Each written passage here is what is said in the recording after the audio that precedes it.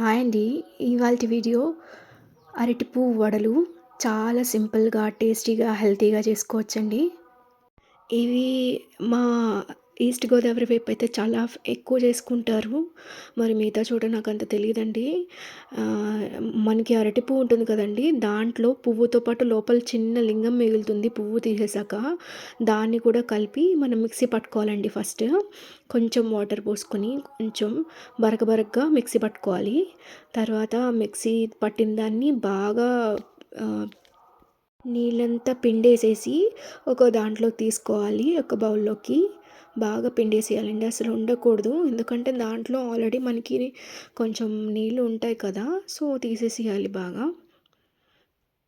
చాలా సింపుల్‌గా చేసుకోవచ్చండి యాక్చువల్లీ. పిల్లలకి స్నాక్స్ కింద పెడితే చాలా హెల్త్‌కి మంచిది కూడా. సాయంత్రం టైంలో స్నాక్స్ కింద.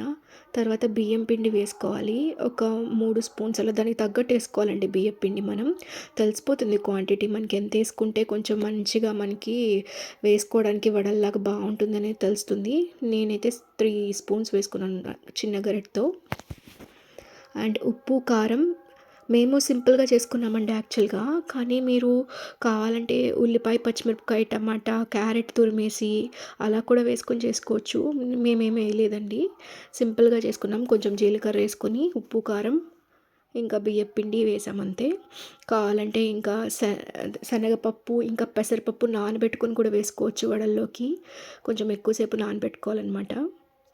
ఒక అరగంట సేపు అలా నానబెట్టుకొని శనగపప్పు అవి కూడా వేసుకొని, పచ్చిమిరపకాయి అలా అన్నీ వేసుకోవచ్చు. మనకేం కావాలంటే అవి దాంట్లోకి వడల్లోకి. బాగా కలుపుకోవాలి. అంటే వడ కింద అవ్వాలి కదండీ! అట్లా చూసుకొని కలుపుకోవాలి బాగా.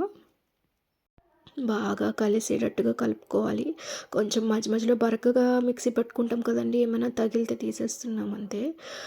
అండ్ కొంచెం చేతికి నూనె రాసుకొని వడ షేప్‌లో చేసుకోవాలి. కొంచెం నూనె సిమ్‌లో కాకుండా మీడియంలో పెట్టుకోవాలి. మరీ హైలో కాకుండా. అలా వేయించుకోవడమే అనమాట.